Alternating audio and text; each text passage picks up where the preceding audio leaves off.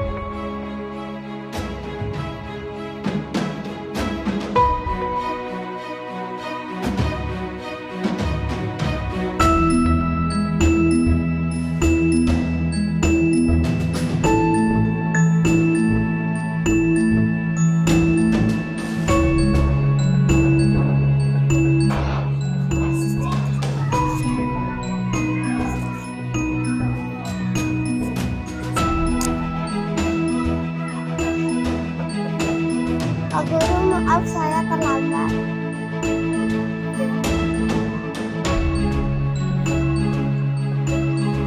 Selamat pagi Dandi. Ya, bagaimana kabarnya hari ini? Baik. Baik. Tahu tidak kenapa Dandi dipanggil ke ruangannya Pak Guru? Kenapa? Nah, tadi saya terlambat datang ke sekolah. Iya, terlambat datang ke sekolah. Kalau terlambat itu salah apa tidak? Salah. Salah, ya tidak apa-apa ya. Semuanya juga pernah melakukan kesalahan. Pak Guru juga pernah terlambat di kegiatan. Tapi itu juga harus diperbaiki ya. Jadi tadi Dandi datangnya jam berapa? Jam 7:30. Jam 7:30. Kalau sekolahnya buka jam berapa? Jam 7:15. Jam 7:15 sudah mulai pembelajaran. Ya, berarti tadi Dandi terlambat. Nah, sekarang coba Dandi ceritakan dulu kenapa Dandi bisa terlambat hari ini. Kemarin malam itu saya main HP dan nonton TV, kelebihan jadinya tidurnya kemalaman. Oh, berarti kemarin Dandi begadang. Ya, Begadang jadi bangunnya kesiangan. Gitu ya. Terus kalau bergadang itu baik apa tidak? tidak Ya, kamu kan sudah tahu keyakinan kelas kita itu apa? rajin, Rajin dan tidak terlambat Dan juga terlambat. datang ke sekolah. ya, kemudian tepat waktu juga ya. Sekarang untuk memperbaiki itu apa yang akan Dandi lakukan? Saya nggak akan lagi terlambat ke sekolah dan mengurangi untuk bermain HP dan nonton TV. Ya, berarti nanti Dandi jangan lagi bergadang ya. Dandi nanti akan mengurangi bermain HP ya. Terus bagaimana caranya dan apa yang akan kamu lakukan agar kamu tidak terlambat lagi? Tidurnya lebih tepat waktu. Ya, untuk tadi tidurnya lebih awal ya. Jadi besoknya bisa bangun lebih pagi ya, dan tidak terlambat ya. Terus kapan mulai Dandi akan lakukan itu? Mulai hari ini, Pak. Mulai hari ini Dandi bisa Bisa. ya, berarti sesuai apa yang Dandi katakan hari ini akan Dandi mulai lakukan ya. Jadi semoga nanti ke depannya Dandi tidak terlambat lagi ya. Perbaiki semuanya yang tidak bagus diperbaiki jadi bagus lagi ya. Itu saja dari Pak Guru. Sekarang bisa kembali ke kelasnya ya. Makasih ya Dasi ya. Ya baik anak-anak, hari ini kita ulangan ya. Oke, ulangan. Kerjakan sendiri. Jangan mencontek. Ya. Ini bagi kaki. Oke.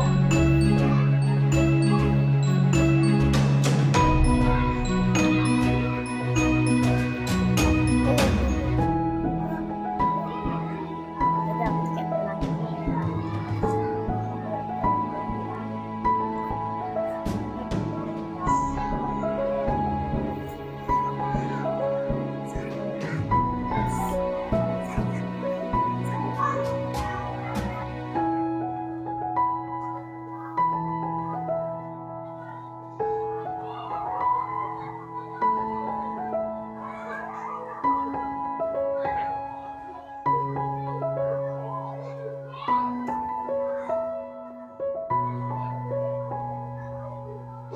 Selamat siang Dayu.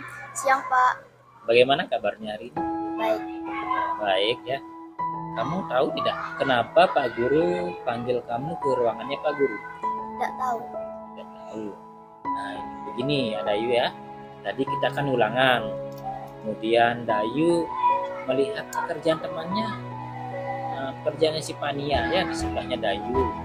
Setiap lihat Dayu menulis jawaban. Kalau seperti itu namanya apa? Mencontek. Mencontek. Kalau mencontek itu perbuatan baik apa tidak? Tidak baik Pak. Tidak baik. Nah, itu perbuatan benar apa salah? Salah. Yang salah ya, itu salah satu perbuatan yang salah. Tapi tidak apa-apa ya. Semua orang juga pernah salah. Pak Guru juga pernah salah. Guru-guru lain, semua orang juga pernah punya kesalahan ya. Tidak apa-apa. Jadi Pak Guru ingin tahu dulu. Coba ceritakan Dayu kenapa bisa mencontek? Karena kemarin malam saya tidak sempat belajar karena bermain dengan adik. Lalu saya ketiduran dan tidak sempat tidak sempat mempelajari pelajaran adik. Dan tidak sempat belajar. Jadi pas ulangan Dayu tidak bisa menjawab. Akhirnya Dayu contek. Ya Pak. Ya. Nah, Pak Guru tanya, Dayu paham tidak keyakinan kelas kita itu apa? Paham Pak. Apa itu? Jujur. Ya jujur. Kalau mencontek itu jujur apa tidak? Tidak ya. Tidak. Jujur. Jadi kalian di kelas itu termasuk Dayu, teman-teman juga ya, itu harus jujur ya dalam segala hal, harus jujur termasuk dalam ulangan, harus jujur mengerjakan sendiri. Sekarang dari apa yang Dayu lakukan tersebut, Dayu mau berubah apa tidak? Berubah Pak. Nah, kalau sudah mau berubah, apa yang akan Dayu lakukan? Saya akan belajar dan lalu saya akan mengurangi bermain. Ya, mengurangi bermain, kemudian belajar lagi seperti itu kan? Jadi dalam main HP juga begadang dikurangi. Jadi ketika ulangan Dayu lebih banyak belajarnya sehingga tidak mencontek ya. Ya Pak. Bisa seperti itu. Bisa Pak. Terus kapan Dayu bisa lakukan? Mulai hari ini Pak. Mulai hari ini bisa. Bisa. Ya bagus sekali berarti ya. Jadi Dayu sudah mau berubah mulai hari ini juga ya. Ya Pak. Jadi hari ini Dayu berubah, harus jujur ya, jangan lagi ada mencontek ya. Ya Pak. Ya terima kasih ya Dayu sudah datang ke ruangannya Pak Guru. Terima kasih Pak. Nah, ya sekarang Dayu bisa ke ruang kelas lagi ya. Terima kasih ya Dayu. Ya, terima kasih Pak.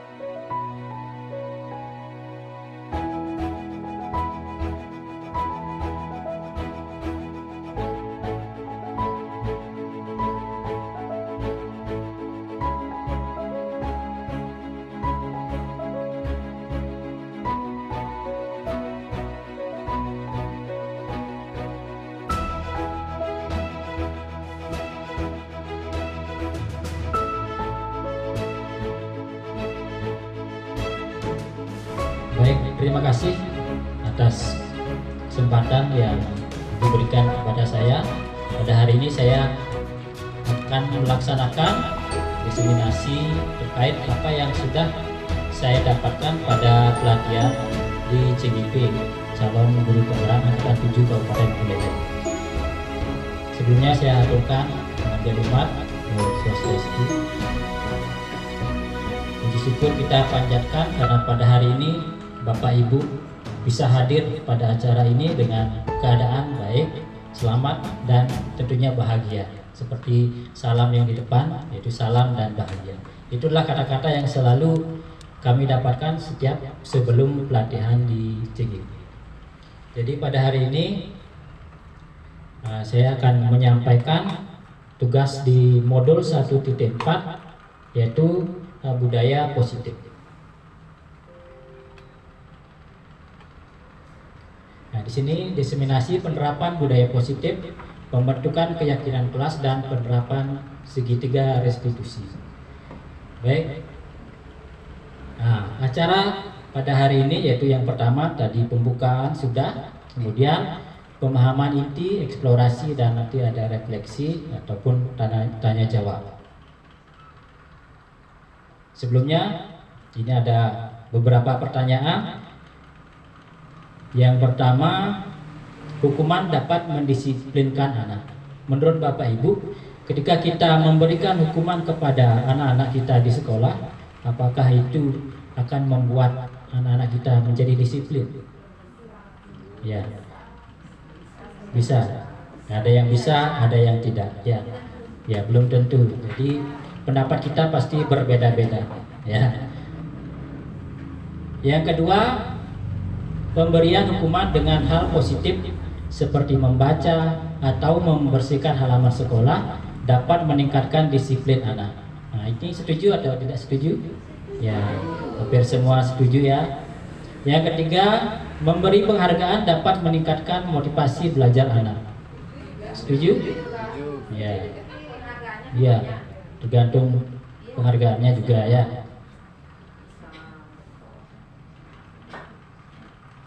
Baik. Ya, ini sekarang saya memberikan sebuah, mungkin ada namanya permainan, sedikit permainan sebelum saya lanjutkan ke materi. Jadi Bapak Ibu ada yang bawa kertas, mungkin tulis di kertas kecil, disobek aja, kecil saja. Di sana dituliskan apa atau barang berharga apa yang Bapak Ibu pertahankan. Ya, atau yang Bapak Ibu paling hargai itu apa misalnya? Ya, nggak boleh hilang. Siapapun yang meminta, Bapak Ibu kita akan berikan. Ya, ditulis apapun ya. Kecil saja, kecil agar bisa digenggam. Agar bisa digenggam. Ya. Tulis dalam kertas kecil aja yang bisa digenggam, jangan terlihat. Apapun barang atau apa saja yang menurut Bapak Ibu berharga, paling berharga, siapapun yang meminta tidak akan Bapak Ibu kasih. Gitu. Apapun ya, boleh uang, boleh HP, boleh apapun.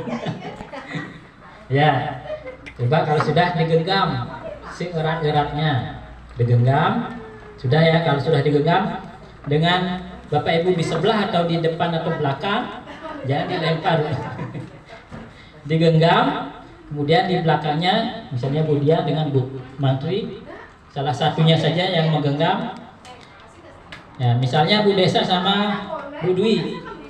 Ya, ini setelah itu permainannya seperti ini. Siapa yang menggenggam? Bu Dwi misalnya. Yang membuka adalah Bu Desa. Kalau di sini siapa yang menggenggam? Ibu sama Bu Kadek. Siapa yang menggenggam? Yang lagi satunya meminta gitu. Yang satu mempertahankan, yang satunya meminta. Bisa nggak coba buka itu? Harus bisa dibuka, coba. Nah, kalau Bu Jilo sama Bu Hani, satu aja yang membuka, yang satu mempertahankan. Oh, jangan sampai terbuka, itu kan barang berharga itu. Ya, nggak bisa. Ada yang bisa buka, jangan sampai kebuka. Tidak ya, tidak bisa. Ya pasti tidak diberikan apapun caranya. Ada rayu, Ya. ada lus-lus pipinya nggak dikasih. Ya dirayu mungkin tidak bisa juga. Tokoannya belum pas. Ya mungkin belum pas. Ada kodok yang senjata juga nggak mau dia. Ya, Saya nggak gitu. Ya, saya nggak diitiin. tidak mau juga ya itu.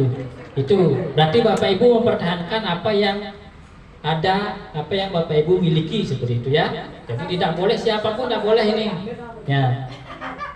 Nah itu adalah, nah ini permainan ini juga salah satu dari budaya positif yang akan kita pelajari pada hari ini. Nah itu adalah salah satu contohnya. Kenapa? Misalnya tadi Bu Dwi mempertahankan tidak boleh, mau dirayu apapun tidak bisa. Ya karena itu Bu Dwi mempunyai motivasi dalam dirinya, ya bukan karena orang lain. Jadi karena Bu Dwi sendiri yang tidak boleh ini punya saya, siapapun tidak boleh. Jadi dipertahankan. Jadi itu adalah motivasi dari dalam dirinya sendiri, bukan karena perintah dari orang lain. Ya, jadi ada motivasi internal dan eksternal. Ya, ya ini dalam perubahan paradigma ada teori kontrol dan teori pilihan atau teori pilihan.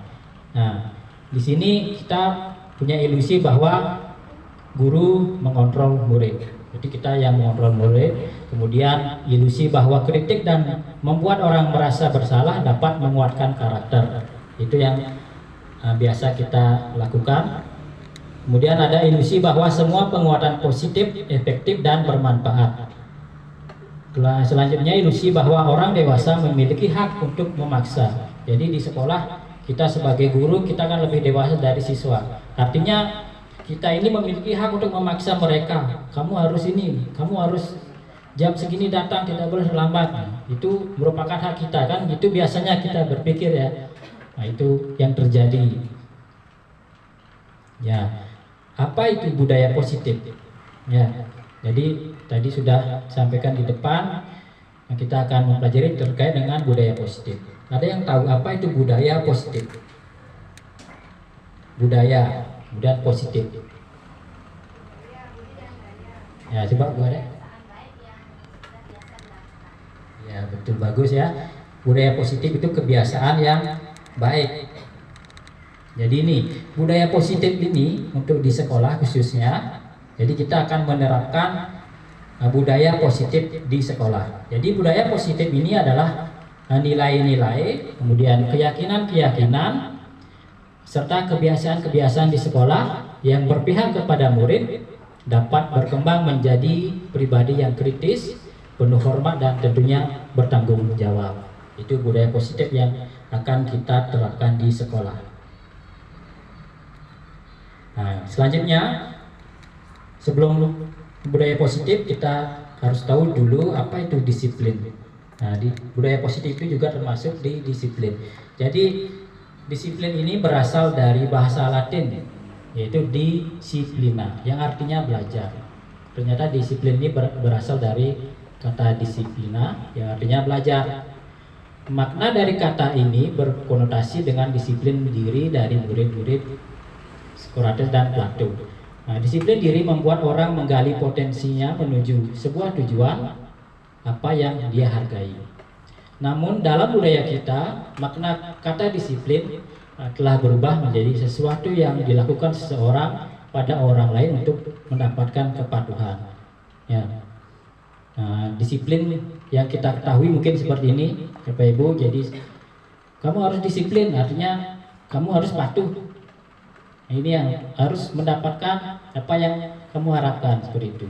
Jadi kecenderungan umum adalah menghubungkan kata disiplin dengan ketidaknyamanan, bukan dengan apa yang kita hargai atau pencapaian suatu tujuan mulia.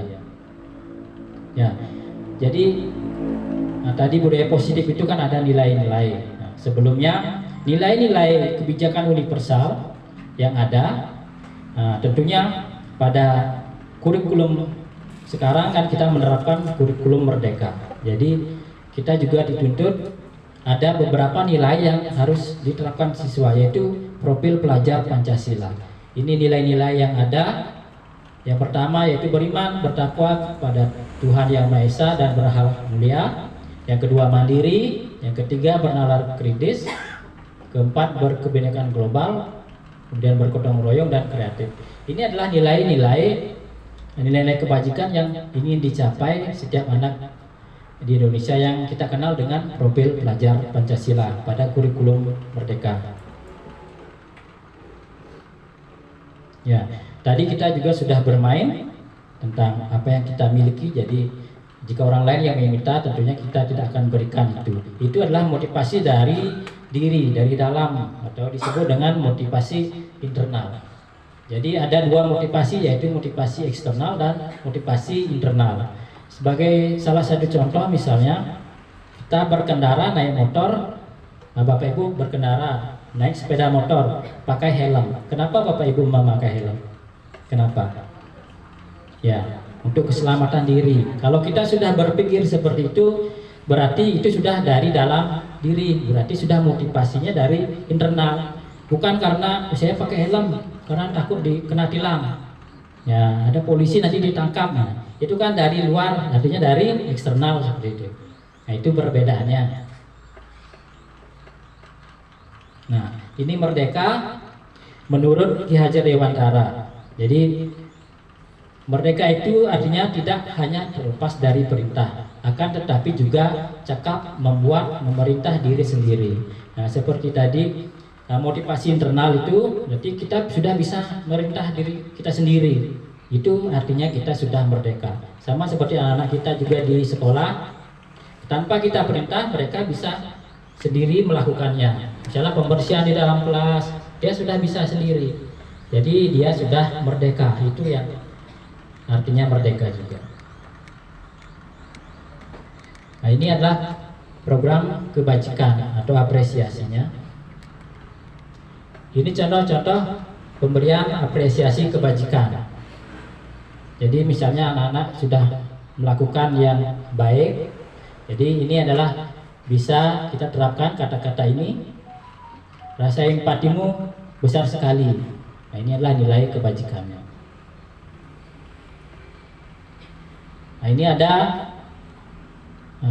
coba Bapak Ibu, ada dua hukuman atau konsekuensi. Bapak Ibu silakan coba dipilih. Yang pertama, mencatat 100 kali di dalam buku kalimat saya tidak akan terlambat lagi. Misalnya ada anak-anak yang terlambat masuk, datanya telat misalnya 10 menit. Jadi mereka disuruh mencatat 100 kali di buku tulisnya. Itu termasuk hukuman atau konsekuensi? Hukuman. Ya, hukuman. Kalau mengelilingi lapangan basket 2 kali karena terlambat hari di sekolah, hukuman. Ya. Kemudian murid diminta untuk push up 15 kali karena tidak menggunakan masker, hukuman. Menggantikan kertas tugas teman yang telah dicoret-coret, konsekuensi. Membersihkan tumpahan air di meja tulis karena tersenggol pada saat belajar, konsekuensi. Murid disuruh untuk mengenakan sepatu seharian di sekolah karena tidak mengenakan sepatu hitam, hukuman. Lari mengelilingi lapangan basket 2 kali setelah terlambat 10 menit untuk pelajaran PJOK, konsekuensi ya. Nah, ini jawabannya. Ya, semuanya betul. Tepuk tangan untuk semua. Berarti Bapak Ibu sudah paham ini ya, apa itu konsekuensi dan apa itu hukuman. Jadi diharapkan pemahaman itu bisa diterapkan kepada anak-anak kita di sekolah.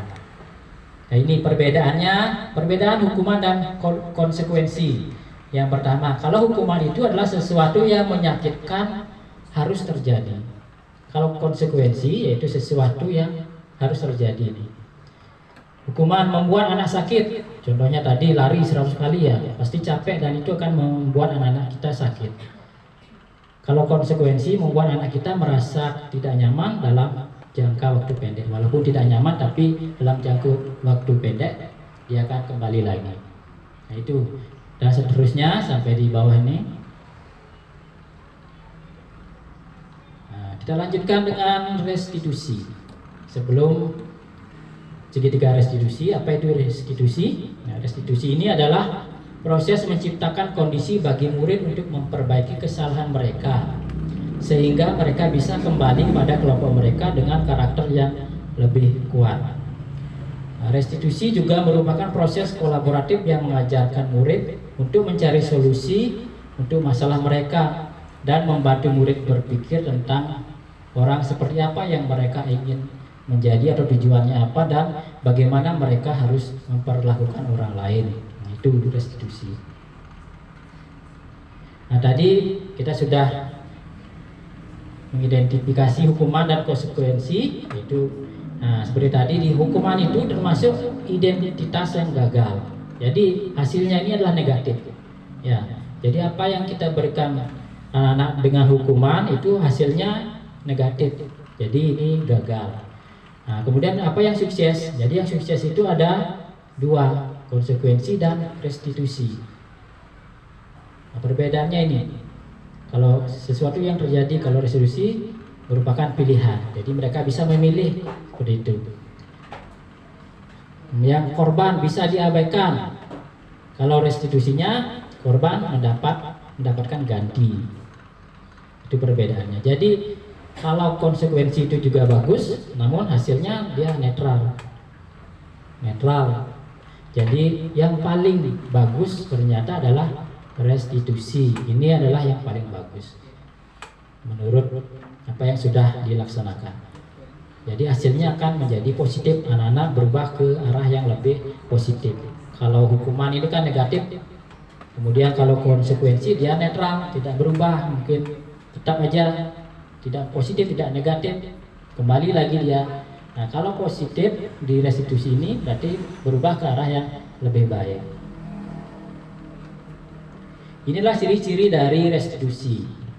Yang pertama, bukan untuk menebus kesalahan, namun untuk belajar dari kesalahan. Jadi kalau anak ada kesalahan, bagaimana cara mereka menebusnya? Bagaimana cara mereka belajar dari kesalahan itu agar tidak mengulang kembali apa yang dia perbuat seperti itu. Itu ciri-cirinya, berarti itu sudah restitusi anak-anak kita. Gitu. Yang kedua, memperbaiki hubungan. Misalnya ada bertengkar sama temannya, jadi mereka memiliki hubungan yang baik kembali. Kemudian kita memberikan tawaran, bukan paksaan. Kalau misalnya kita menghukum anak-anak, kamu harus ini, jadi itu kan paksaan, terpaksa dia. Nah, harusnya kita tawarkan, bagaimana kalau kamu seperti ini atau seperti ini. Nah, itu tawarkan anak-anak kita. Jadi itu ciri restitusinya. Keempat, restitusi menuntun untuk melihat ke dalam diri. Restitusi mencari kebutuhan dasar yang mendasari tindakan. Restitusi diri adalah cara yang paling baik. Kemudian restitusi fokus pada karakter bukan tindakan. Jadi fokus pada karakter anak-anak bukan tindakan yang mereka lakukan. Kemudian restitusi fokus pada solusi. Jadi solusinya apa? Begitu. Dan yang kesembilan ini restitusi mengembalikan murid yang berbuat salah pada kelompoknya. Nah, selanjutnya adalah kita akan membuat keyakinan kelas dari apa yang sudah tadi sampaikan. Jadi sebelumnya kita harus buat dulu keyakinan kelas. Sehingga dari peraturan kelas, kemudian namanya kita membuat keyakinan kelas, sehingga dari keyakinan kelas ini akan menimbulkan lingkungan yang positif, sehingga secara luas akan membentuk budaya positif di sekolah. Nah, seperti ini urutannya. Jadi awalnya kita kan punya peraturan kelas. Nah, kita sekarang coba membuat keyakinan kelas kita masing-masing dari kelas 1 sampai kelas 6.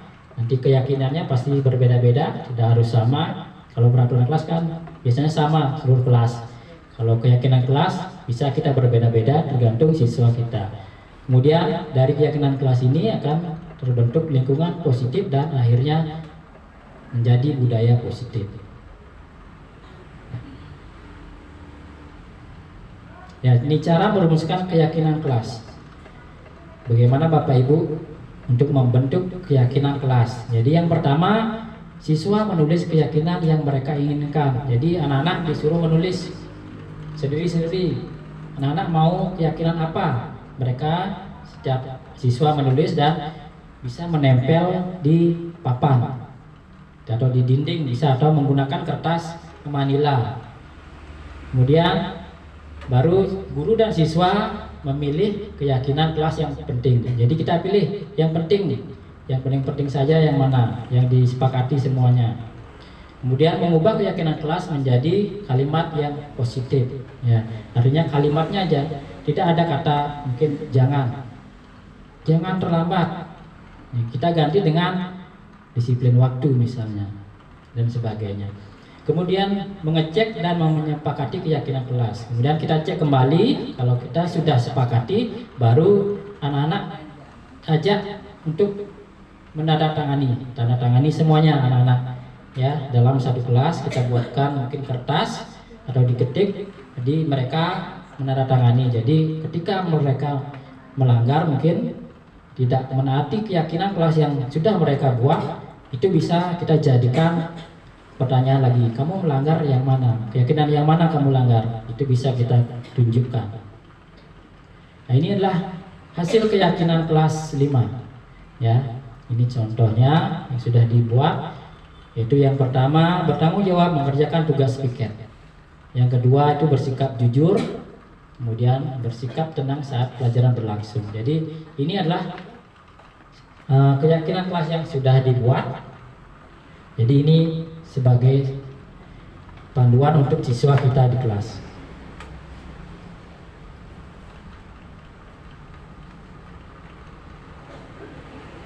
Ya, ini ada 5 posisi kontrol kita sebagai guru. Jadi ada yang namanya penghukum, pembuat orang bersalah, teman, pemantau, dan manajer. Jadi ada 5 posisi kontrol. Nah, biasanya kadang kita menghukum anak-anak kita, berarti posisi kita pada penghukum.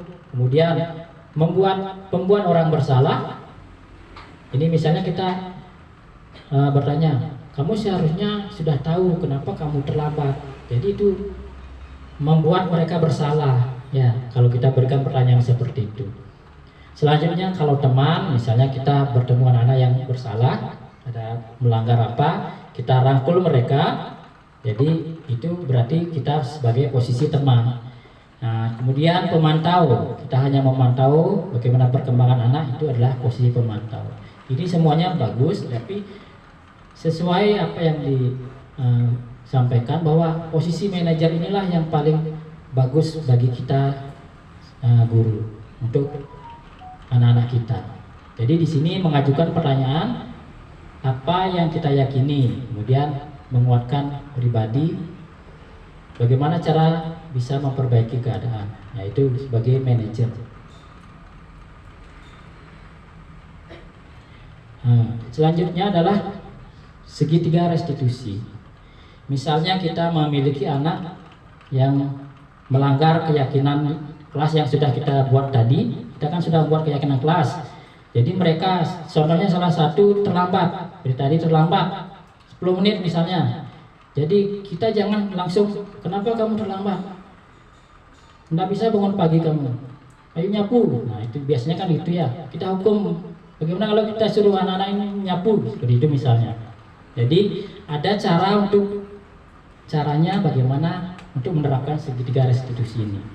Yaitu yang ketiga, ya, segitiga restitusi ini ada 3, yaitu memvalidasi kebutuhan, kemudian menstabilkan identitas, dan menanyakan keyakinan. Ada 3 tahapannya.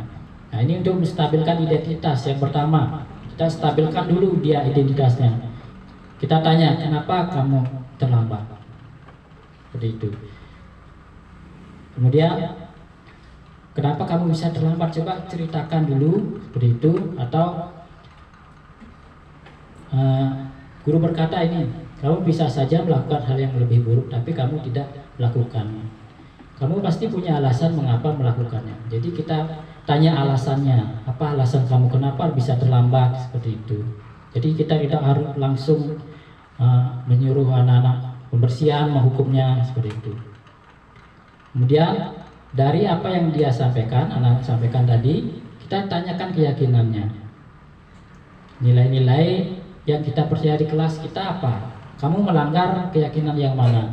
Kita tanya itu. Jadi mereka tahu. Kemudian pada akhirnya kita akan tanya, bagaimana menurut kamu, apa yang akan kamu lakukan setelah ini? Apakah kamu terlambat lagi atau bagaimana? Ya mereka akan memberikan jawabannya. Jadi mereka akan misalnya ini, saya tidak akan terlambat lagi Pak, saya tidak akan bergadang lagi misalnya betul, sehingga saya tidak akan terlambat. Nah, jadi itu yang sudah saya sampaikan tadi, ada keyakinan kelas, kemudian ada segitiga restitusi. Terus selanjutnya mungkin ada yang bertanya. Ya, Sasa.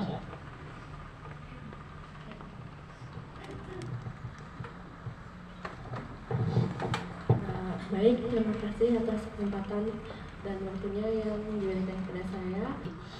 Pertanyaan saya, mengapa guru harus mengajak siswa lagi untuk membuat keyakinan kelas atau kesepakatan kelas? Terima kasih.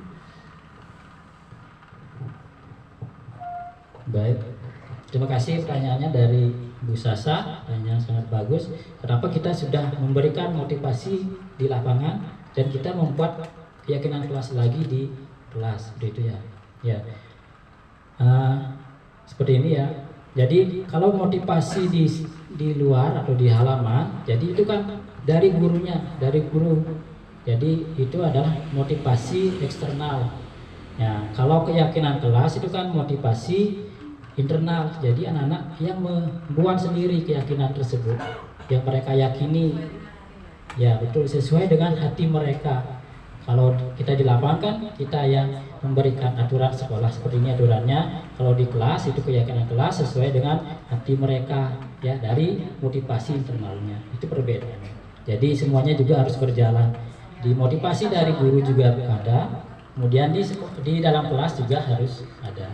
Jadi seimbang. Sehingga itu akan membentuk, lama-lama akan membentuk budaya positif. Bisa diterima? B, ada lagi?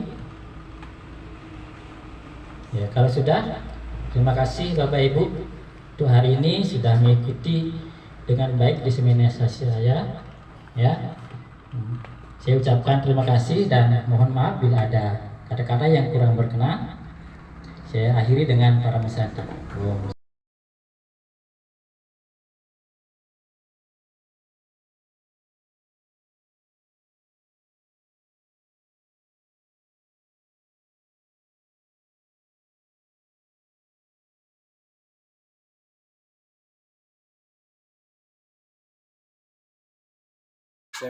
Om Swastiastu. Saya Koma Agus Warimbawu, guru kelas 4 SD Negeri 1 Paket Agung, dengan diadakannya kegiatan diseminasi mengambil tema budaya positif sekolah. Ini adalah pertama bagi kami sebagai guru menambah wawasan dan pengetahuan baru tentang bagaimana budaya positif seorang itu diterapkan. Yang kedua, bagi siswa akan menambah keyakinan diri atas segala perbuatan yang dilakukan sehingga dia menyadari atas segala tindakan dan memperbaiki kesalahan yang dilakukannya. Atas motivasi dirinya sendiri, pada akhirnya kami ucapkan terima kasih sekali kepada Bapak Made Martin Rusmaja yang telah melaksanakan kegiatan diseminasi yang sangat bermanfaat bagi kemajuan pendidikan, khususnya bagi sekolah kami, juga bagi seluruhnya, bagi sekolah-sekolah yang lain. Om Santi Santi Om. Om Swastiastu. Saya Ninyoman Tridapenise. Di sini saya akan menyampaikan testimoni dalam kegiatan diseminasi dan diskusi yang telah dilakukan bersama Bapak Made Martin Rusmaja.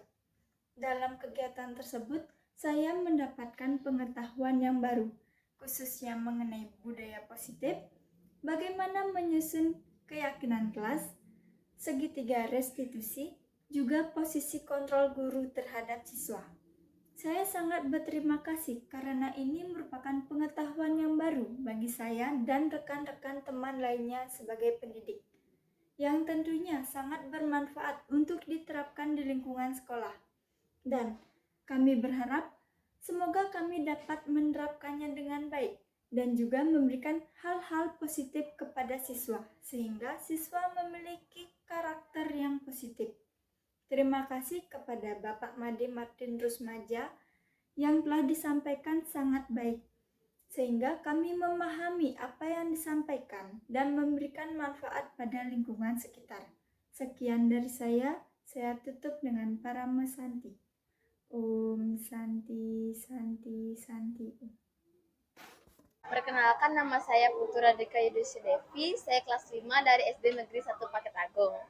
Di sini kami telah membuat keyakinan kelas, dan keyakinan kelas ini membantu kita untuk menjadi yang lebih baik dan menjadi karakter yang lebih positif.